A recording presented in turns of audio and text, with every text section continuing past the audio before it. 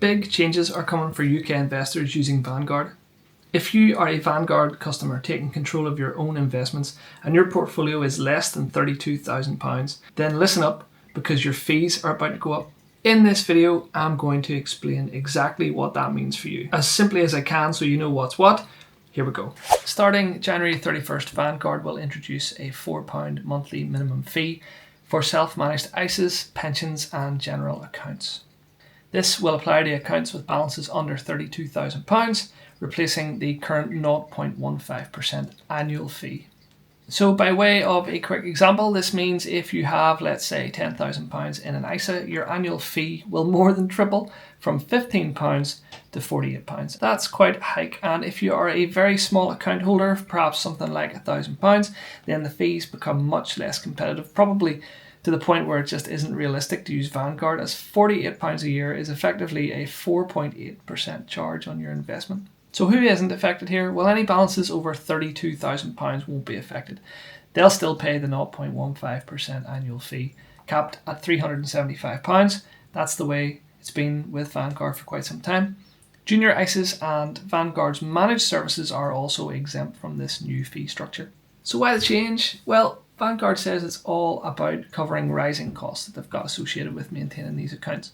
And they are also looking to continue to invest in their services. They've also reduced their fees for their managed ISA service from 0.3% to 0.2%, and that makes it maybe more appealing for first-time investors or maybe folks who aren't quite confident with picking their own investment products. Despite these changes, is Vanguard still the cheapest? Well, for accounts under £32,000, the answer is often going to be no. Platforms like AJ Bell and Hargreaves Lansdowne may now offer more competitive fees for smaller balances. How often you invest capital, what you're investing in, and so on can have a significant impact on what these fees look like per platform. But Vanguard is no longer a no-brainer that it once was for new investors looking for a place to get started. A good alternative if you're unhappy with these fees is InvestEngine. Now, this is a platform I've been using for years and I've made plenty of content about it before.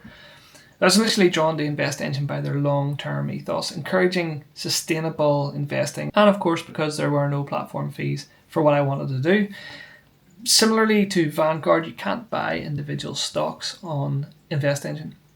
But unlike Vanguard, there are no platform fees at all for self-managed portfolios, and managed portfolios, if you want them, are priced at a very competitive 0.25% charge. Further, Vanguard's platform only offers Vanguard products, but with InvestEngine, they have over 700 different ETFs to choose from, all offered by different providers. So when you consider the flexibility to buy as many or as few ETFs as often as you like, and the fact that there are no platform fees at all with InvestEngine for DIY portfolios of any size, then in my opinion it has pretty much all the pros of Vanguard with none of the downsides.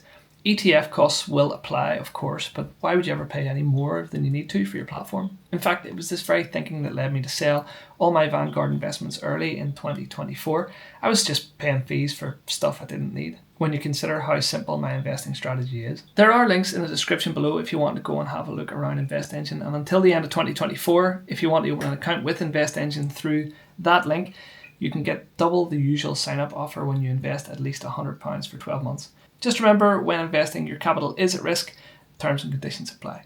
Going back to Vanguard blaming rising costs, I get it. There is a cost to doing business and maybe nothing stays the same for too long. But Vanguard was set up with the emphasis on making investing much more accessible to as many people as possible, and it does feel there's a bit of a departure here. Here's their founder, Jack Bogle, on fees in the industry. I think sooner or later fund investors will see the light. You see more attention paid to cost in the press, and I think the industry's got to adjust to a different era. The fees are too high, and that's all there is to that. Of course, investing is not risk-free in itself. Your capital is at risk. The value of any investment can go up and down, and you may get back less than you put in. And in many ways, it was because of these risks that Vanguard was such an appealing first destination for new investors looking to dip their toe in the waters. And it's because the part you were most definitely in control of, that's the fees you pay, were so low, but just not so much now. In fact, it's this new fee structure that's going to hit the smallest investors the hardest. If you're really skeptical, you could say that Vanguard has now done a full U-turn and are just squeezing the smallest accounts out of their platform. Who knows? However you feel about Vanguard's new pricing structure, then if you are a small investor, today is your wake-up call to shop around and have a look at what you're actually getting for your money. It's kind of funny that Vanguard were the first company I used to get started with my investing journey about 5 years ago. And it's also slightly less funny that it's been the first company that's been removed from my portfolio entirely.